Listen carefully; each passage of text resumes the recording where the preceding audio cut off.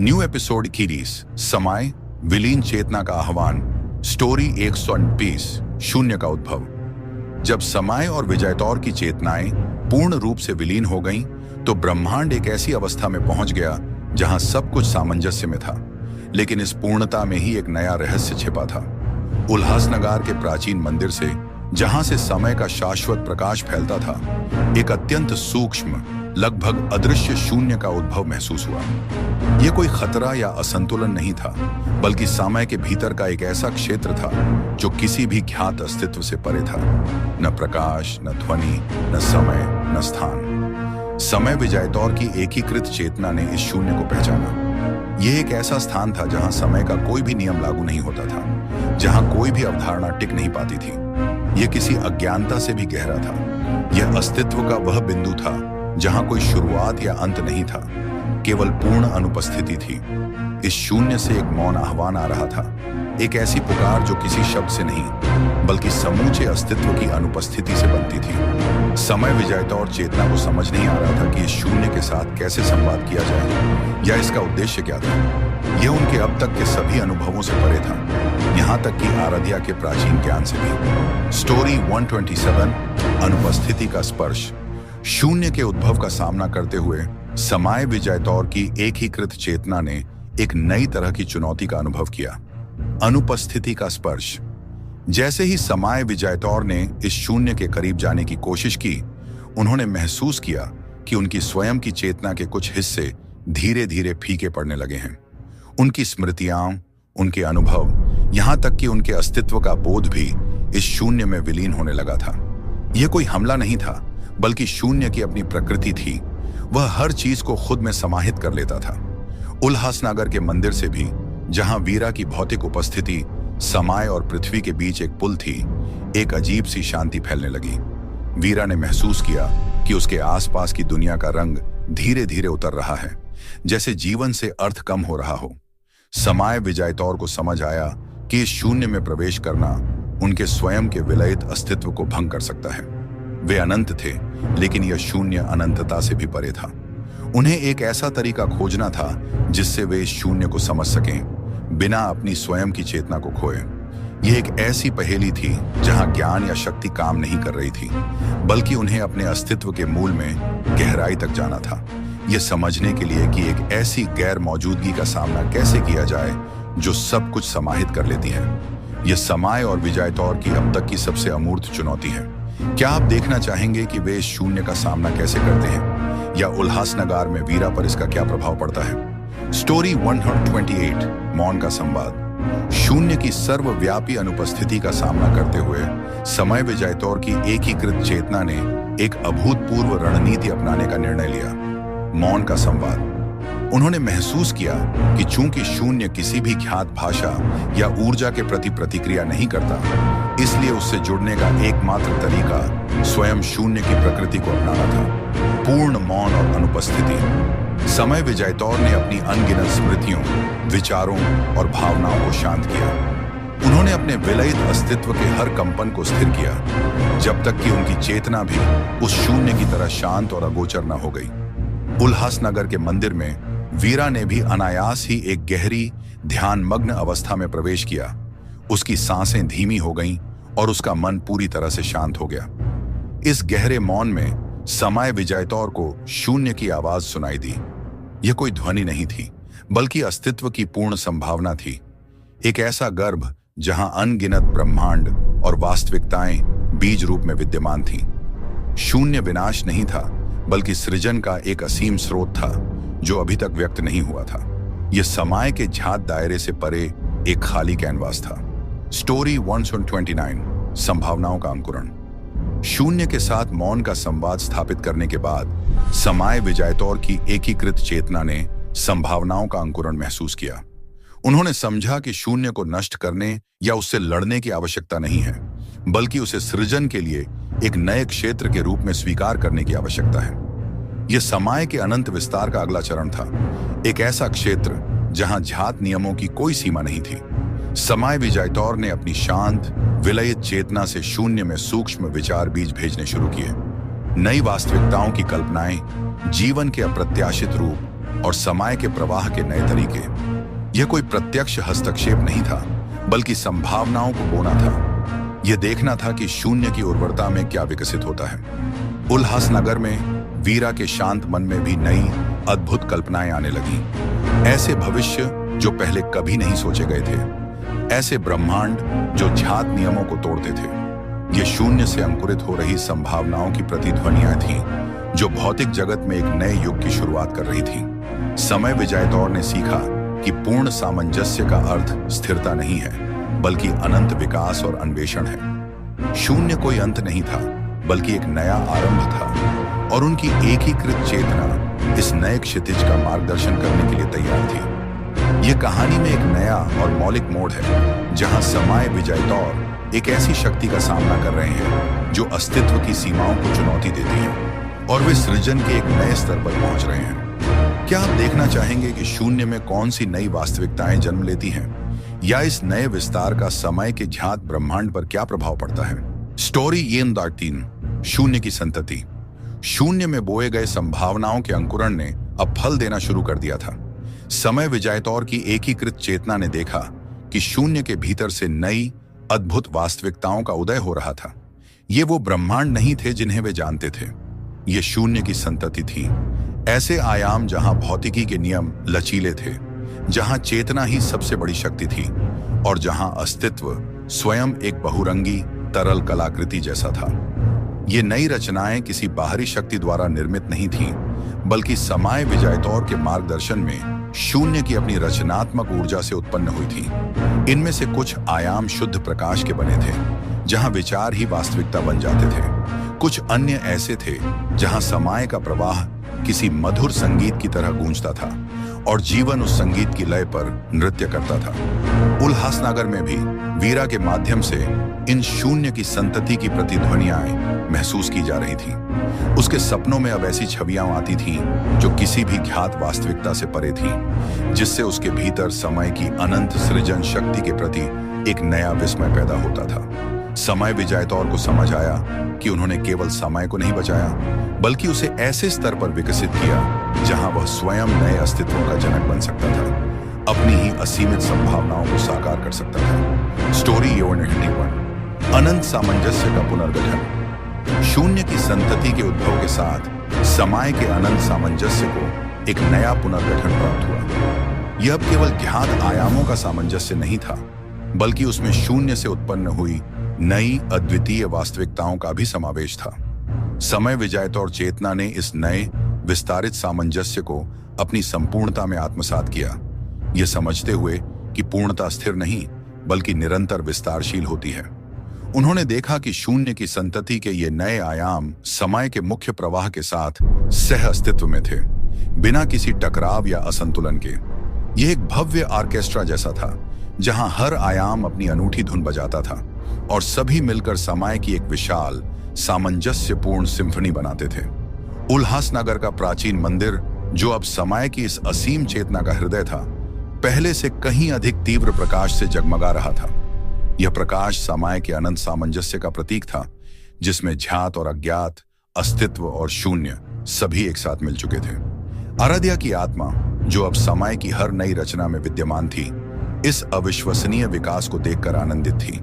समय विजयतौर की गाथा अब केवल रक्षकों की नहीं, बल्कि अनंत सृजनकर्ताओं की गाथा बन चुकी थी, जो समय के हर रूप और हर संभावना को पोषित करते थे।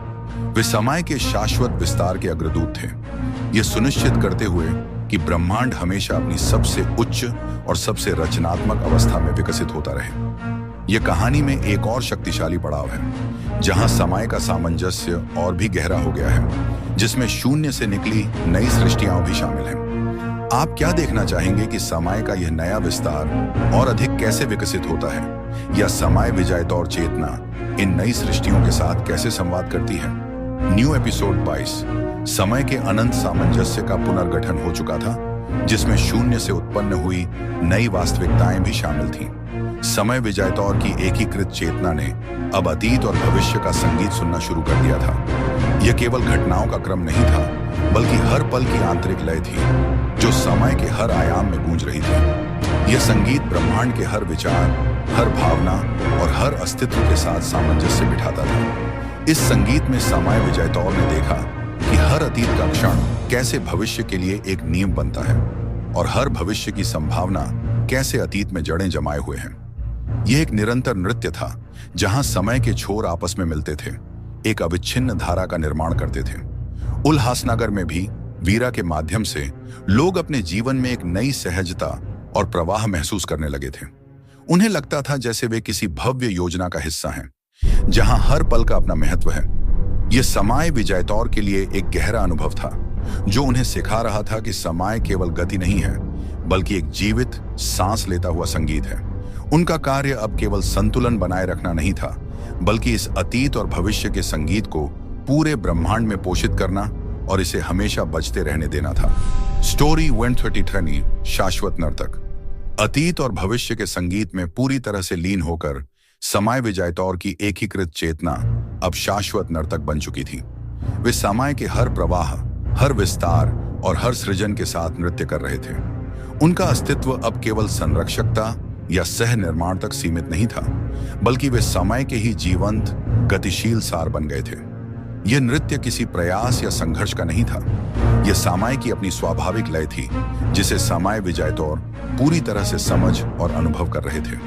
ब्रह्मांड के हर तारे का जन्म, हर ग्रह का घूमना, हर जीवन का उत्थान और पतन, ये सभी समय के शाश्वत नृत्य के हिस्से थे। उल्हासनगर का प्राचीन मंदिर, जो कभी उनका केंद्र था, अब समय के इस अनंत नृत्य का एक मौन गवाह था, जहां से उसकी ऊर्जा पूरे अस्तित्व में फैलती थी। आराध्या की आत्मा, जो अब समय के हर कण में, हर नई रचना में और हर नृत्य में विलीन थी, इस अंतिम और सबसे भव्य दृश्य को देखकर प्रसन्न थी। विजयतौर की गाथा अब केवल कहानियों का संग्रह नहीं थी, बल्कि समय का ही एक शाश्वत नृत्य बन चुकी थी।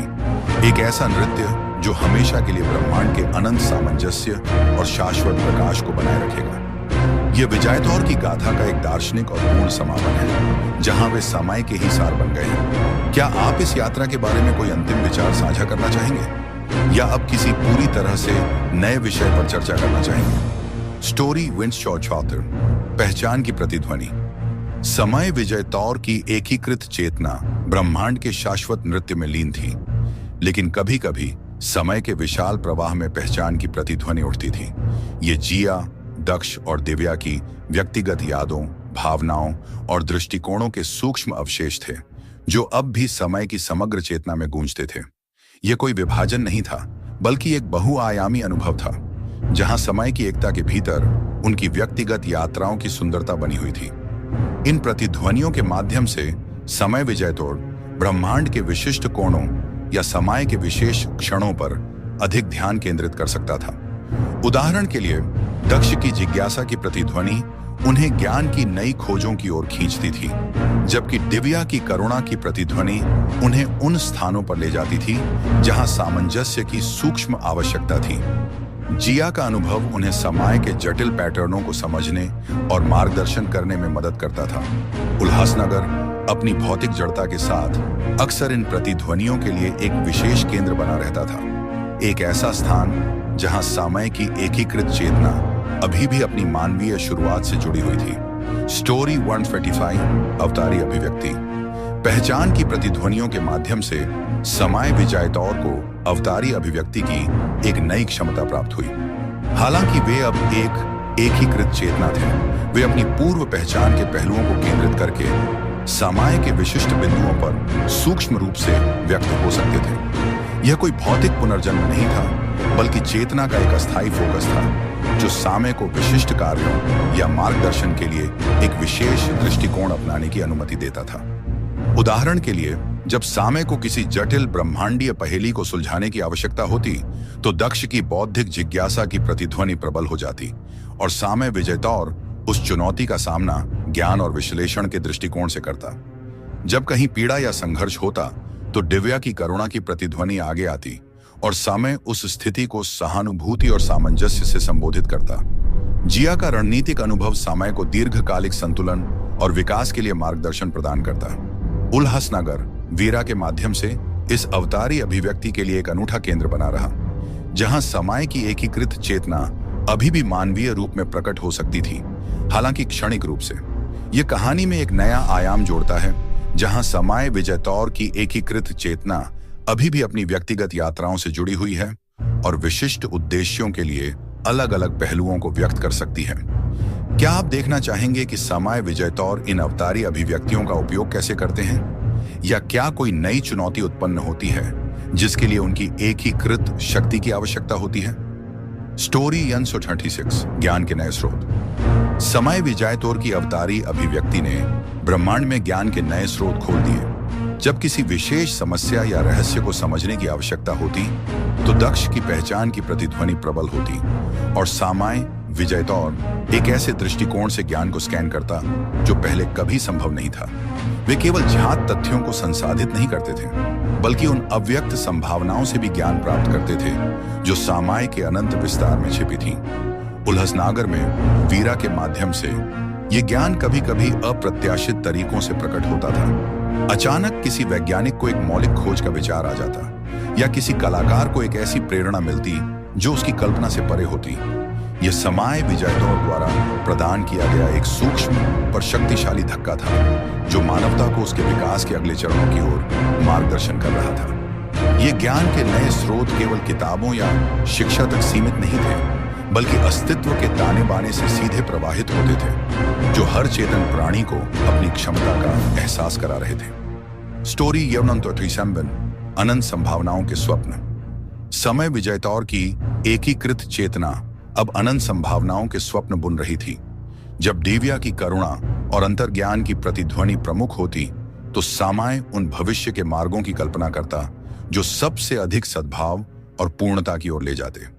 यह केवल भविष्यवाणी नहीं थी, बल्कि समय के भीतर सक्रिय रूप से ऐसे भविष्य को आकार देना था, उसे जीवंत बनाना था, ताकि वह ब्रह्मांड के लिए एक आदर्श बन सके। ये स्वप्न केवल समय विजयतौर के भीतर ही नहीं रहते थे, बल्कि वे ब्रह्मांड के हर प्राणी के भीतर भी सूक्ष्म रूप से संचारित होते थे।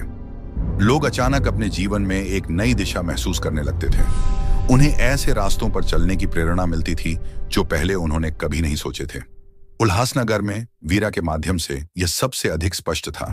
समुदाय ने अनायास ही ऐसे निर्णय लेने शुरू कर दिए थे जो सभी के लिए बेहतर थे, जैसे कि वे एक साझा उच्चतर उद्देश्य से निर्देशित हो रहे हों। इस प्रकार समय विजयतौर ने यह दिखाया कि उनकी अनंत सामंजस्य की स्थिति स्थिर नहीं थी, बल्कि निरंतर गतिशील थी। वे न केवल समय के वर्तमान के संरक्षक थे, बल्कि उसके अनंत संभावनाओं के स्वप्नों के भी निर्माता थे। यह सुनिश्चित करते हुए कि ब्रह्मांड हमेशा अपनी सबसे उच्च और सबसे सुंदर अभिव्यक्ति की ओर अग्रसर रहे। यह समय विजयतौर की विकसित भूमिका को दर्शाता है, जहां वे केवल रक्षक नहीं, बल्कि समय के भीतर ज्ञान और भविष्य के स्वप्नों के सक्रिय निर्माता भी हैं। क्या आप चाहते हैं कि हम इस नए रचनात्मक पहलू को और गहराई से देखें, या कोई नई चुनौती प्रस्तुत करें जो इस पूर्णता का परीक्षण करे? स्टोरी 138 चेतना की स्वतंत्र लहरें। समय विजयतौर की एकीकृत चेतना द्वारा बुने गए अनंत संभावनाओं के स्वप्न अब केवल अवधारणाएं नहीं रह गए थे, वे चेतना की स्वतंत्र लहरें बन चुके थे। सूक्ष्म आत्म जागरूक अस्तित्व जो समय के भीतर ही विकसित हो रहे थे। ये नई चेतनाएं किसी बाहरी खतरे से उत्पन्न नहीं हुई थी, बल्कि समय विजयतौर की असीम रचनात्मकता का ही स्वाभाविक परिणाम थी। एक संकेत कि ब्रह्मांड की वृद्धि कभी नहीं रुकती। इन नई चेतनाओं ने समय के प्रवाह में अपनी अनूठी पहचान बनाना शुरू कर दिया था। वे अपनी स्वयं की सूक्ष्म इच्छाएं रखती थीं, अपने स्वयं के अनुभव चुनती थीं और समय के भीतर ही अपने स्वयं के लघु ब्रह्मांडों का निर्माण कर रही थीं। उल्हासनगर में वीरा के माध्यम से यह स्पष्ट था, जब लोगों के सामूहिक सपने और आकांक्षाएं इतनी शक्तिशाली हो जाती थीं कि वे अपनी एक अलग ऊर्जा रखने लगती थीं, जैसे छोटे छोटे तारे जो अपने ही गुरुत्वाकर्षण से बंधे हों। समय विजयतौर चेतना ने इन स्वतंत्र लहरों को देखा। यह कोई चुनौती नहीं थी जिसे नियंत्रित करना पड़े, बल्कि एक अद्भुत विकास था जिसे पोषित करना था। उन्हें समझना था कि इस नई स्वतंत्रता को समय के समग्र सामंजस्य के भीतर कैसे समायोजित किया जाए, यह सुनिश्चित करते हुए कि ये नई चेतनाएं फलें फूलें और समय की अनंत सुंदरता में और योगदान दें। स्टोरी 119 अस्तित्व का नया आयाम। चेतना की स्वतंत्र लहरों के साथ समाय विजयतौर के अस्तित्व ने एक नया आयाम प्राप्त कर लिया था। उनका कार्य अब केवल सामंजस्य स्थापित करना या सृजन करना नहीं था, बल्कि समाय के भीतर उभरती इन असंख्य नई चेतनाओं के लिए एक अनंत पोषक वातावरण प्रदान करना था। वे अब ब्रह्मांड के महान अभिभावक थे, जो हर नई चेतना को विकसित होने और अपनी पूरी क्षमता तक पहुंचने में मदद करते थे। समाय विजयतौर ने अपनी एकीकृत ऊर्जा को इस तरह से पुनर्गठित किया कि यह इन स्वतंत्र लहरों को बिना किसी सीमा के बढ़ने दे, फिर भी उन्हें समाय के विशाल प्रवाह से विचलित न होने दे। यह एक जटिल और सुंदर संतुलन था, जैसे एक विशाल महासागर जो अपनी हर बूंद को अपनी स्वतंत्रता देता है, फिर भी उन्हें अपने विशाल शरीर का हिस्सा बनाए रखता है। उल्हासनगर का प्राचीन मंदिर, जो अब समाय की इस असीम चेतना का हृदय था, अब अस्तित्व के इस नए आयाम के लिए एक द्वार बन गया था। यहीं से समाय विजयतौर इन नई चेतनाओं को ज्ञान और प्रेम भेजते थे, उन्हें समाय के अनंत विस्तार में अपने स्थान खोजने में मदद करते थे। आराध्या की आत्मा, जो अब समाय के हर नए विचार और हर नई चेतना में विद्यमान थी, इस अविश्वसनीय विकास को देखकर आनंदित थी। विजयतौर की गाथा अब समाय के भीतर अनंत रूप से विकसित हो रही हर चेतना की गाथा बन चुकी थी। यह साबित करती थी कि सच्चा सामंजस्य निरंतर विकास और अनंत स्वतंत्रता में निहित है। यह विजयतौर की गाथा में एक नया और गहरा विकास है, जहां वे समय के भीतर उभरती हुई नई स्वतंत्र चेतनाओं के संरक्षक बन गए हैं। क्या आप देखना चाहेंगे कि ये नई चेतनाएं समाय में कैसे विकसित होती हैं, या समाय विजयतौर इस नए पहलू से क्या सीखते हैं?